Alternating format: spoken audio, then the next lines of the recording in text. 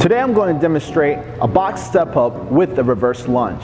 Now this is a great exercise that helps with balance and coordination, and also muscle activation of the glutes, hamstrings, quads, and also the core. Now when doing this exercise, you're going to go ahead and place the box onto the floor.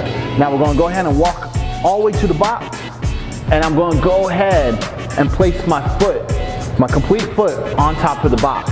Now, I'm going to keep my chest up, place my hands on top of my hips, just like this. Now, when performing this exercise with the other leg, I want to drive the knees straight up. And now, this is when I'm going to go ahead and perform that reverse lunge, bring it all the way back, and step down, just like this, okay? And then from this position, you're going to step up, just again, all right? Now, I'm going to go ahead and switch legs. Place my whole foot on top of the box, hands on the hips, chest up.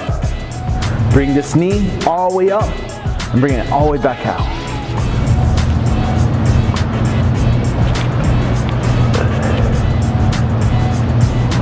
This is how you do a box step up with a reverse lunge.